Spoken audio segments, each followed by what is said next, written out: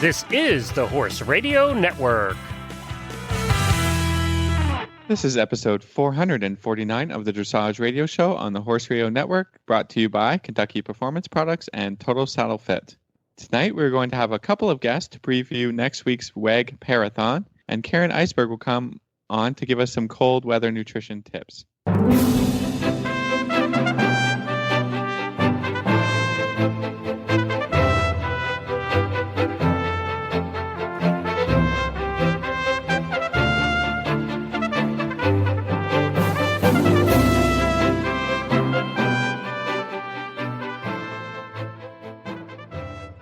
This is Reese Koffler-Stanfield from Loxahatchee, Florida.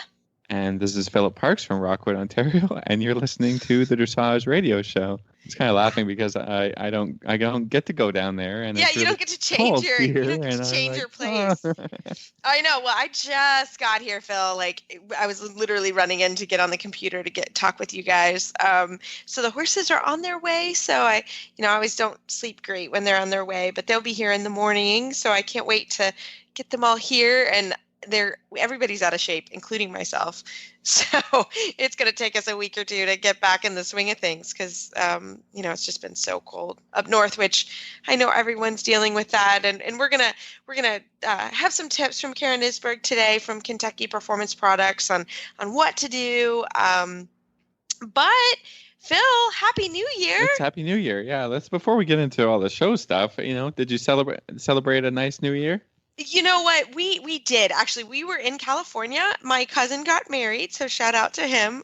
We went to a really fun wedding in Los Angeles, actually. And so we had an early flight. So we actually celebrated East Coast. We were on the West Coast, but we celebrated East Coast. So I was asleep by 10:30. I did not make it. So you didn't get to stay up. Yeah, I didn't make it to Pacific. But we had a great one. We really, really did. And how about you?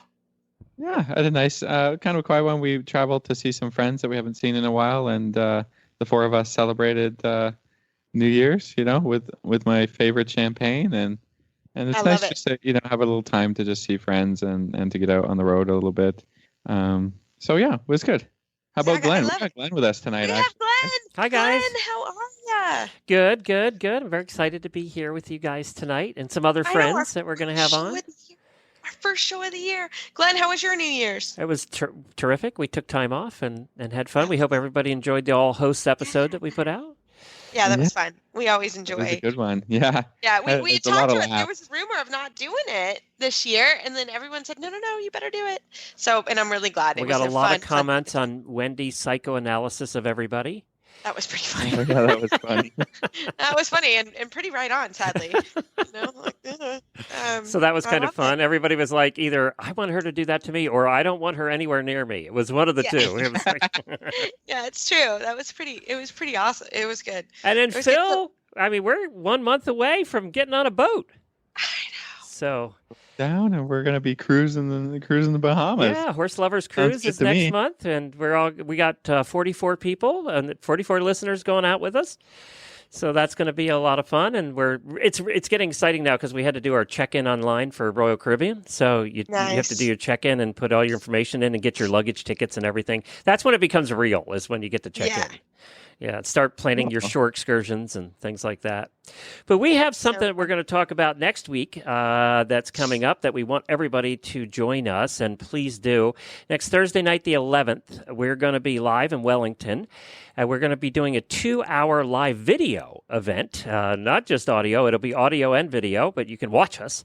We're going to be doing what's called the WEG Parathon, which is a fundraiser for the para-athletes here in the United States for the World Equestrian Games. We did this last time it was in the United States in Lexington. We did it in the Alltech Studios and their TV studios down there in Lexington, Kentucky, and we raised $10,000 in 2 hours. So awesome. We're hoping to do that again. We're going to have most of the para-athletes are in town in Wellington for competitions this weekend and in 2 weeks. So it was kind of the middle week. They're all going to come over. They're going to tell their amazing stories of what they have had to overcome and accomplish to be the Olympic level riders they are now. But you're actually going to get to see them. And we're very excited that there's going to be two hosts from the Horse Radio Network that are hosting the event and going to be talking to everybody, and that's Reese is one of them. So I know, I'm really excited. I know. you have to actually put clothes on, and you can't be in pajamas because it's video. Okay. Yeah. I know. Yeah, you have to go out into the world. Yeah. I'm not gonna. Well, I'm currently wearing yoga pants. Let's be real. Let's be real, people.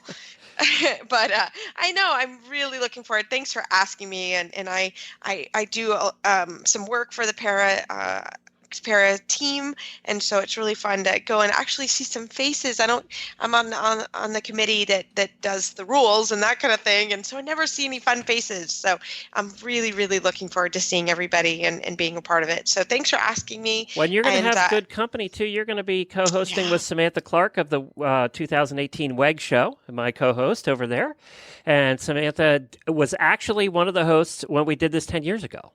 So. She's amazing. Yeah, so I think you two are going to do a great job. I'm going to be there. I'm going to be in the party room. So it's you guys doing the serious interviews, and I'm over in the party room keeping track of the tote board and just goofing around with the athletes. So it should be the other way around, Glenn. I'm just saying. I get the fun stuff. You have to be all serious. Yeah, wait a minute. Yeah. No, so it'll be super we fun. appreciate the Para Association for all of their work and getting all the riders set up. There is a website. You can find out all the details, and where you can watch it is any one of our web pages. There's a lot of media that are going to be helping out as well and putting the video feed on their web pages. But if you go to WEG Parathon, Parathon, just like it sounds, WEG Parathon, the video feed will be there. You can go watch there. And also, if you listen to Horses in the Morning or any of our live events on our app, you can also listen to the audio on our app. So we'll be putting that out live as well. You just hit the live button on the Horse Radio Network app and you'll find it. But any of our websites, including the Dressage Radio Show, will have the video feed on the homepage. And Horse Radio Network homepage will have it as well. So you'll be able to watch it in many different places. And we hope that you also consider contributing a little bit to their mission of raising some money for the WEG this year. It's very expensive to do transportation, and WEG is not the most highly funded of all the sports. Is that an understatement, Reese? Yeah. Oh, yeah. I don't think there's any funding. Yeah. Really, so that's why we need to help them. And you know what? These athletes overcome a lot to do what they do. Absolutely. And I'm good friends with Charlotte, who's down with you right now, and we'll be there next Thursday.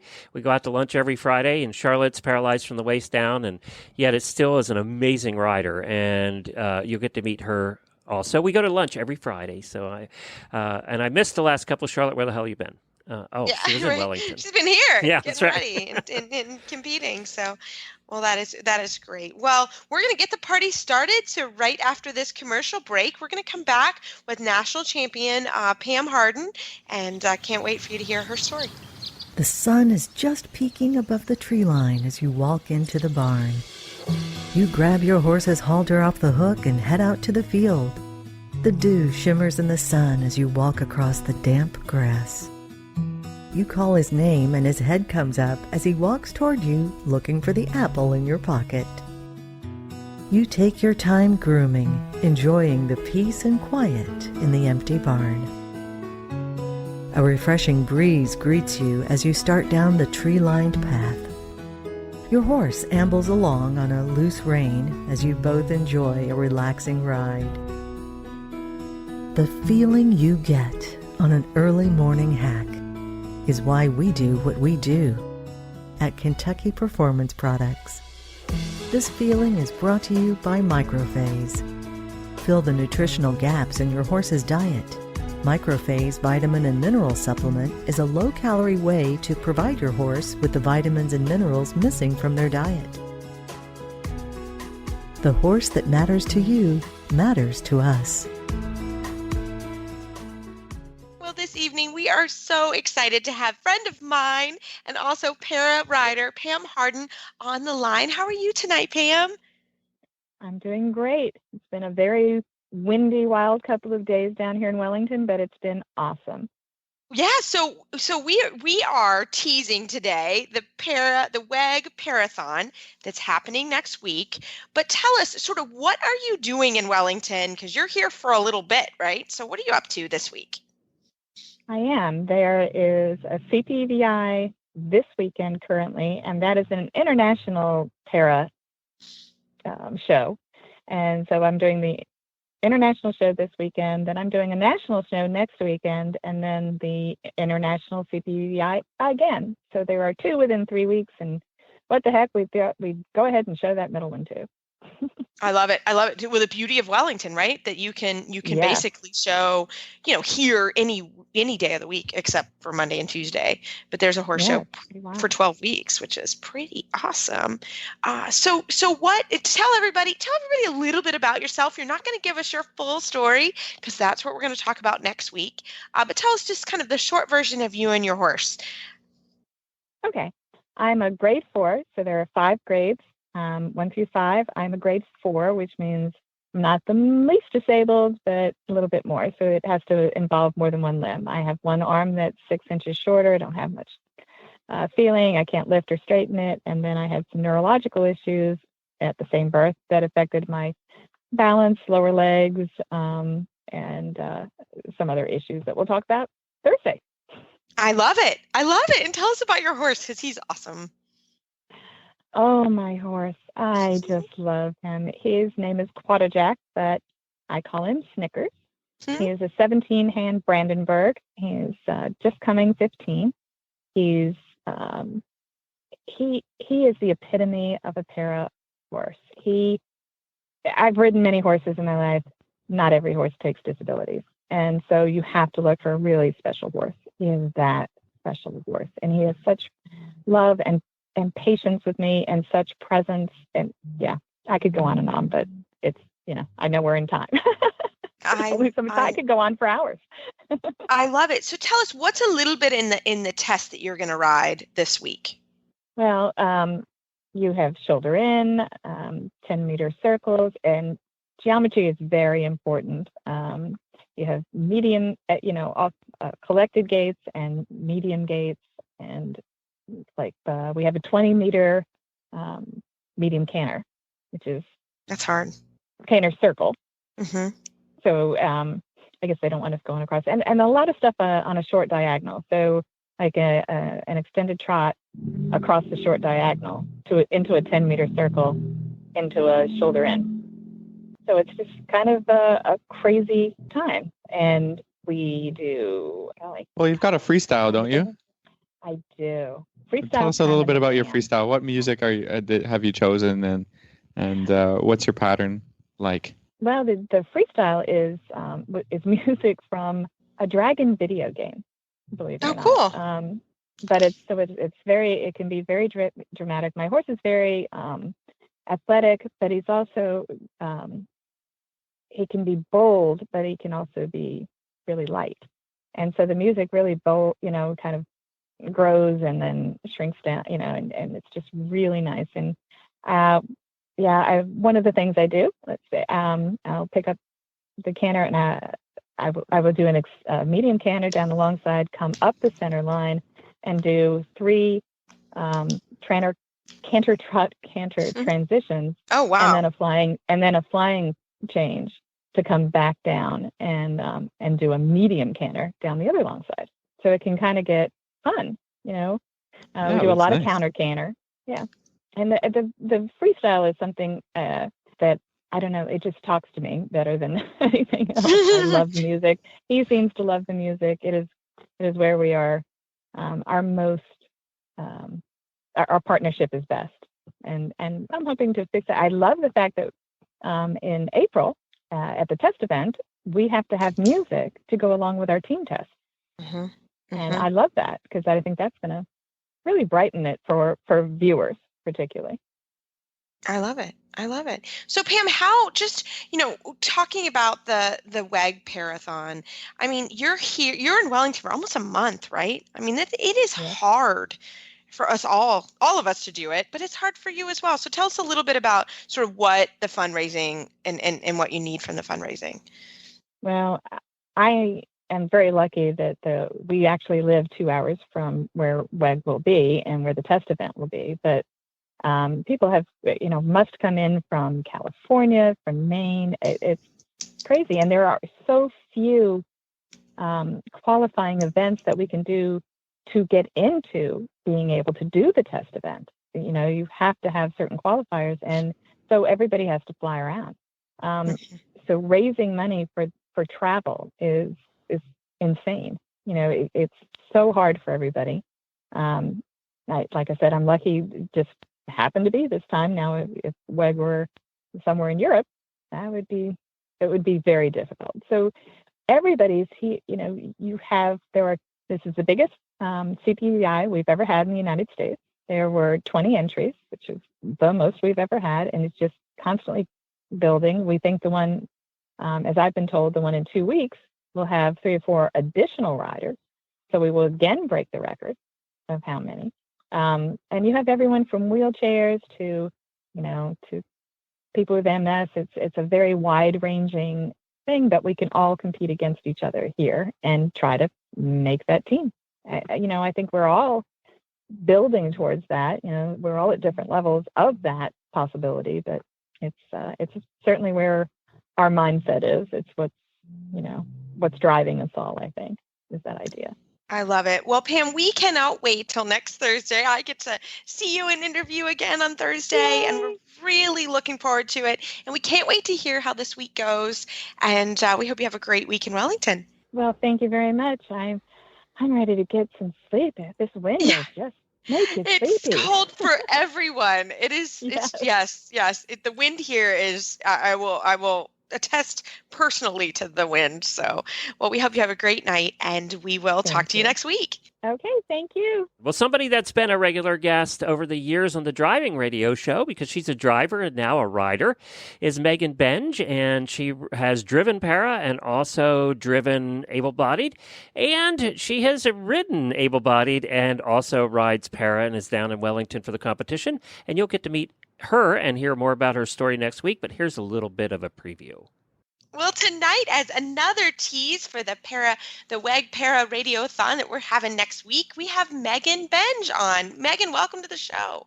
Hi, thanks for having me.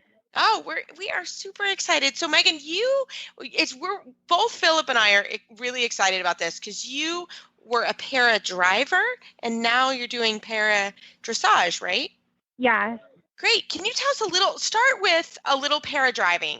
Kind of give us a quick, what it is, tell us a little bit about it, because Phil and I actually don't know. So I'm excited to learn a bit more before next week. Well, basically it's the para version of combined driving. So it mirrors, like the regular combined driving sport. It's a little bit smaller, and so instead of having 5 grades like the ridden dressage, they have 2 grades. It's basically essentially the same as combined driving. So you do your dressage and then the marathon and then cones, and it's a cumulative score, and they have a team competition as well. So individual medals and team medals, and so it's pretty fun. In the para driving, do you only drive singles? Yes. Yeah. It's but horses and ponies compete alongside each other, so it it kind of is fun that way too. Can you tell us a little bit about your disability and how that worked against you in the driving dressage? Well, I have dwarfism, so the kind of dwarfism I have, I'm 4 feet tall, but I have like a few orthopedic sort of things. So I had my right hip replaced when I graduated from college, and I have a spinal fusion that is almost my entire spine. So I think for riding, it affects me more than for driving, because driving is mainly the size of my hands and like my arm span that is affected. For riding, I notice a lot, like my pelvis doesn't move with the horse as well as it might if I was able-bodied, and of course my leg doesn't come down as far. So it's a little different, but my pony has adapted to me, and we work together, and so we've been having fun seeing how far we can go. Sorry, I was just going to ask why you switched because you're a very successful para driver. I mean, you've won medals at WEG as well. What made you want to switch to go, to try the riding side of it? Well, I won the individual gold in 2008, And then I switched to driving a pony pair for a little while, and I still have all my pony pair, and this pony that I'm riding, I actually had started under saddle to make her better for driving. And then it turned out she was a really super riding pony. And I just thought this is something else that I could do that, would be fun. So I decided to try and see how far we could go with my pony and me and just have fun. I love it. So Megan, you're in Wellington now, correct? Yeah. And you're going to compete this week in the CPETI? Yes. Great. And tell us what grade you are and what are you doing? Tell us a little bit about your test. I'm grade 3, which is it's basically right in the middle as far as the severity of disability.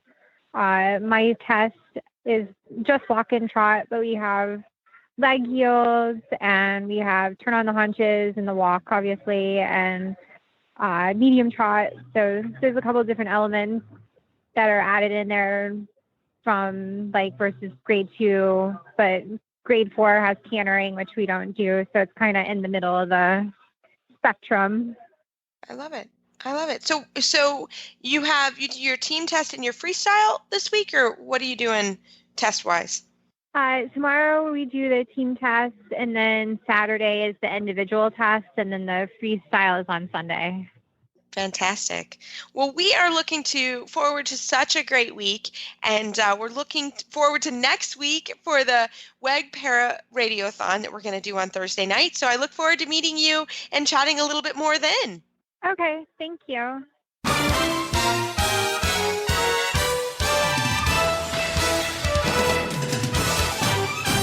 This week's dressage training tip is brought to you by Total Saddle Fit, home of the shoulder relief girth at TotalSaddleFit.com. Well, tonight for our Total Saddle Fit Tip of the Week, we are super excited. We have Karen Isberg. She's president of Kentucky Performance Products and a regular guest on our show. But it's been a while, Karen, since you've been on. Welcome. Thank you. Thanks for having me back. It's always good to be on the show. I love talking to you guys. We love it. And I hope you had a happy holidays. I did. I had a great holiday. It was very relaxing and nice. And the weather actually in Kentucky wasn't too terribly bad for Christmas. Now it's gotten a little cold since then. But now holidays are always fun for me. I enjoy them. My kids come back into town and family, and it's a great time. How about you all? Did you have a good holiday? We did. Ours was the same. It was very, very relaxing and fun, and it was good. So it always goes so fast, though, and I hate that. So I know. Well, Karen, everybody's freezing, even in South Florida, where I just got here. It is also freezing. So we are wanted to talk about some sort of winter weather tips on caring for horses. So can you kind of get us started? Sure. Well, I think the two things that are really important is, first one is to make sure your horse is drinking enough water. And we've talked about this multiple times on the show, but your horse needs to be drinking 10 to 12 gallons of water a day if they're just standing, if they're not doing anything. If they're working hard and sweating, they need more. But that's two of those, big 5-gallon water buckets a day. You want to see your horse drinking that. In the winter, the combination of the drier feedstuffs, the drier hay, and inadequate water intake really increases the risk of horses developing impaction colic. So it's really important that you keep them drinking water. When it gets really cold, just like people, horses just aren't as thirsty. And if the water is really cold, they may not drink it very well. So it's the ideal temperature for drinking water for horses is 45 to 65 degrees. So if you can get a heated water bucket, or if you can go out once a day and put some hot water in your bucket, that will really help your horse drink. There was some research done with a bunch of ponies. When they were offered warm water, that's about 90-degree water, so warm to the touch of your hand, they drank 40% more water than when they were offered cold water. So just bringing out warm water, if you can't do anything else, will make a big difference. But it's really important that you keep your horses drinking in this weather. That's a great tip. I mean, you have to be almost checking your water buckets every couple of hours when it's getting as cold as it is where I am now. So we're always doing that. I mean, we've got different inventions, heated water buckets, things like this that help with that. What about feeding tips and hay tips and things like this? Okay. One thing that you can do to make sure they drink enough water too is to give them some extra salt. Horses should be eating about 2 ounces of salt a day, and you can give that with just plain table salt. Give a tablespoon a day of salt, and you can also just continue to give your electrolyte through the year, and that's what I do. I continue. My performance horses get electrolytes year round. I'll cut back and give them 1 ounce of Summer Games electrolyte in the winter. Sometimes I'll split it into a half an ounce and a half an ounce in the morning and a half an ounce at night. And that just keeps them drinking. It's a little salty. They get a little thirsty. And then once they start drinking, they tend to continue to drink. So that's a good tip. Hay is, a lot of people think, oh my God, my horse is cold, I need to up his grain. But grain, while it provides more energy, it really doesn't provide that much more heat. It only keeps the horse warm for a very short period of time, whereas hay will keep a horse warm for a much longer period of time. It just takes more energy to digest hay, so it increases the warmth of their body more. The critical temperature for a horse is 45 degrees. At 45 degrees, a horse needs to start using more energy to stay warm. Now, that doesn't mean that the horse gets cold at 45 degrees. It just means at 45 degrees, his body needs more energy to produce the heat to keep him warm. Horses don't start to feel cold if they have a winter coat on until about 19 degrees. That's when they'll feel cold. But they'll start using more energy at 45 degrees. And that's called critical temperature. So for each degree below that critical temperature, your horse requires 1% more in digestible energy. Now, for most horse people, that's Greek. What are you talking about? Nobody knows what the digestible energy of their horse is. So what I did for you guys is I went through a bunch of scenarios, different size horses, different types of hay, different workloads, and I came up with some thumb rules that you can use. So drum roll. Okay. All right, I'm ready. Drum roll. If it's 30 degrees out, so that's 15 degrees below critical temperature, this is a horse with a winter coat or a horse that's being blanketed. If they're clipped, that critical temperature goes up about 10 degrees. If they have, a light coat, or if they're young, old horses, I would move my critical temperature up about 10 degrees because they're gonna expend energy sooner. But at 30 degrees, you should feed 3 to 4 more pounds of hay a day. So most flakes weigh, 2 pounds, 3 pounds. You can weigh your flakes of hay. Just put them on a fish scale, or throw them on, a scale in your kitchen, or jump on your bathroom scale with a few flakes to see how much they weigh. Weigh several of them, and that'll give you an idea. But the average is about 2 to 3 pounds. So that's like 1 to 2 flakes more a day. So at 30 degrees, if you've got an easy keeper, throw them an extra flake. If you've got a hard keeper, or if you've got somebody that's working hard, throw them 2 or 3 more flakes a day. You can stretch it out during the day, or you can just give it to them last thing at night, however you want to do it. When it gets down to 15 degrees, you need about 6 to 8 extra pounds of hay a day. So that's 3 to 4 flakes. And when it gets down to 0, 10 to 12 pounds more of hay a day. So that's on top of what you're already feeding. And that's 5 to 6 flakes a day. So that, if your horse is maintaining weight and you're happy with what they're doing, when it gets cold, you can follow these thumb rules. That hay will give them the extra energy to keep them warm. Wow, that makes sense. That's a great tip. Yeah, I like that a lot. Fantastic. And I've heard about people putting some salt in the water. Have you heard of this? To keep the water from freezing? Mm-hmm. Have you heard of it? Oh, yeah, I wouldn't. Okay. I wouldn't do it. The amount of salt that you would have to put in the water to stop it from freezing would probably reduce your horse's water intake. Got it. Horses have nutritional sense for salt. They'll seek it out, but it also will restrict. It'll restrict how much they eat. So we did a big study at Cornell where we added different amounts of salt to range cubes. We were doing this for a group that wanted to restrict how much those horses were eating a day, but they were feeding them out in big groups out on the range. And so if you give a certain amount of feed, if you put a certain amount of salt, and I can't remember the percentages anymore, but those horses would stop eating at a certain point. Wow. So putting it in their water, I wouldn't do that. I wouldn't put electrolytes in the water either. I would put electrolytes on the feed. Or use a tube, paste product if your horse doesn't want to eat what's on the feed. Uh-huh. But you should keep it, your water should just be fresh, and I wouldn't put anything in it. That's great. That was a question. That was my personal question. Like, is that a good idea? Should we do that? So that makes sense. Yeah. Awesome. Yeah. Awesome. I love it. Well, and you also have some travel tips for us because a lot of us are moving, like my horses are en route now, or are moving and traveling right now, and it's even more challenging when it's cold. So what are some tips that you have for us for that? Well, I think the first thing that I like to talk with folks about is, plan ahead. If you're going to be traveling for, like our horses, when they go to Florida, they're in that trailer all day long, and it really changes their feeding schedule. Some horses are transitioning off of pasture when they leave Kentucky onto straight hay in Florida. So you need to start planning that early, 7 to 10 days ahead of time. If you know your horse is coming off pasture and going on into a situation where they're going to be in the stall more and getting more hay, start doing that at home. Start bringing them in a little bit sooner, increasing their hay, so that by the time they're loaded on that trailer to go on that trip, they're used to that diet that they're going to have to acclimate to when they get where they're going. So plan ahead.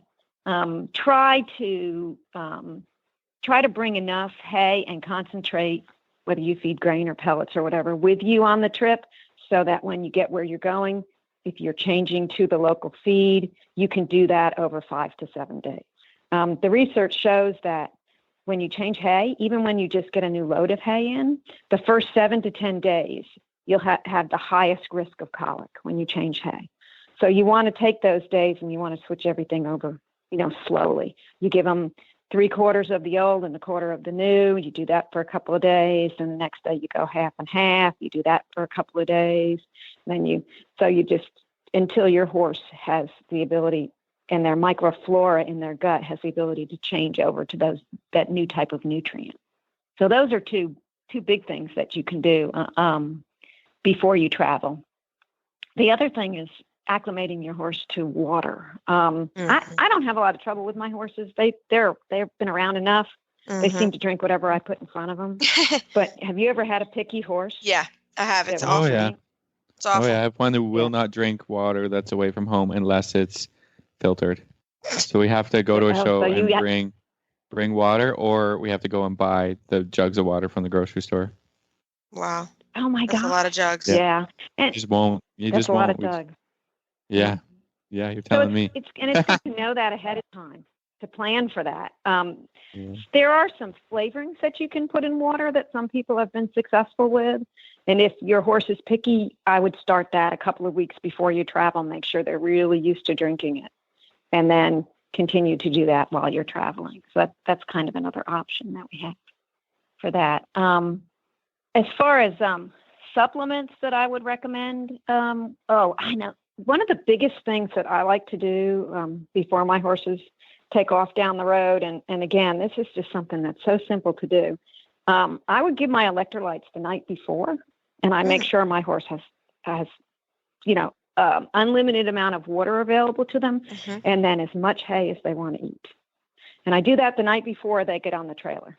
And the reason why is because the horse's gut is this huge reservoir of water. It's where they store a lot of the water, and they pull it out of their gut as they use it. If there's a lot of hay in there, that just absorbs more water, and it helps to sustain that reservoir.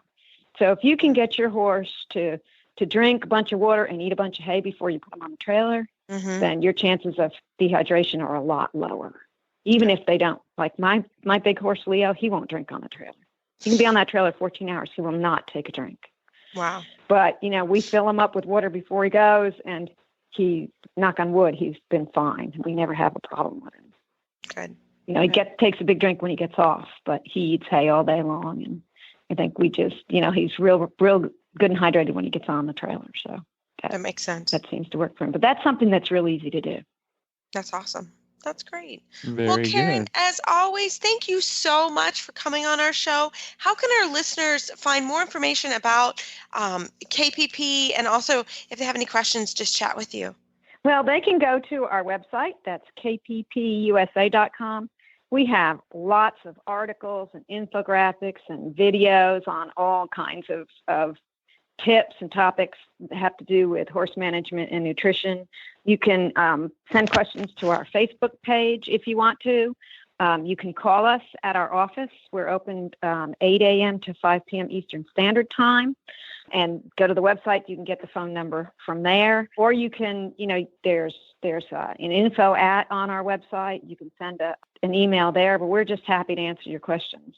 Phone, email, Facebook, whatever you want. We're happy to help. Thank you. Well, Karen, and really, truly, everybody, they're amazing. So, Karen, thank you for all you do for us, and Happy New Year. And we can't wait to hear about all you and Leo's and your guys' travels this year. Well, we're getting excited about going down to Florida. We're going to be down there about the 15th. So It'll be nice to get to the warm weather. Yes, it will. All right. We'll talk to you soon. All righty. Bye-bye. Well, today I think for the Total Saddle Fit commercial, we should talk about the saddle pads, because we have not talked about the great Total Saddle Fit saddle pads and half pads and all the great things that they can do for your saddle and your riding. Oh, it's a great saddle pad. The 6-point saddle pad is the one where you can shim depending on how your saddle's fitting. And it's great because there are times where you can't, your saddle fitter's not around and your saddle isn't fitting properly. So this is a great saddle pad. We both have the saddle pad in sort of our arsenal in our tack room because we use it and we need it. Yeah, there's one that fits high withered horses really well. Mm-hmm. You can check out it's cut out around the wither so that, sometimes the half pads will rub on if you got a thoroughbred with that really high wither that comes up. So there's all kinds of fits that you can get and specialized things. I think if you're having an issue, maybe you can call Justin. He'll tell you exactly what you need to get and what you need to do. And he's great for advice. And I think all the products at Total Saddle Fit are made really well. So, we've started with the half pads, what was it, more than a year ago. And mm-hmm. Mine, you can throw them in the wash and they're almost brand new again. They wash really well. The stitching is all great. And I think these really well-made products from Total Saddle Fit. Yeah, we highly recommend them.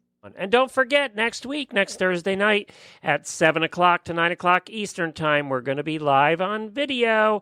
Just go to WEG, W-E-G, Parathon.com, or any of our websites. You'll find the live video stream there. You're going to get to see Reese in all her glory, all the para riders. You're going to get to hear some amazing, heartwarming stories, and we're going to have a little fun, too. And hopefully, if you can afford a few dollars to help out the para riders, why not? Join us next Thursday night. That's the 11th at 7 p.m. Eastern Time.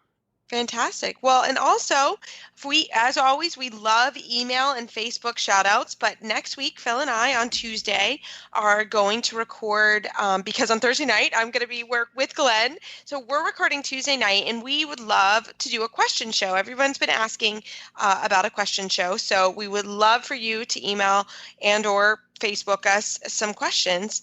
We need the questions, or we'll need some people to interview. We've done this show, I think, twice already. Ready to do another one, ready to tackle some dressage questions. So, but the issue is that we need some volunteers. We need volunteers to come on with us. So on Tuesday night. So we can also do it another time as well. Sometimes we can fit you in. So anyways, we would love that. So email or Facebook us. And as always, you can find our show notes and links to today's guests on our website, dressageradio.com. Like us on Facebook, just search Dressage Radio Show. Follow us on Twitter at Horse Radio. My website is maplecrestfarmky.com, and my email is reese@horseradionetwork.com. The best way to find me is on Facebook, or my email is philip@horseradionetwork.com. I'd like to thank our sponsors this week for allowing us to put on a good show. And don't forget to check out all the other shows on the Horse Radio Network at horseradionetwork.com. Everybody, keep your heels down and your shoulders back, and we'll talk to you next week.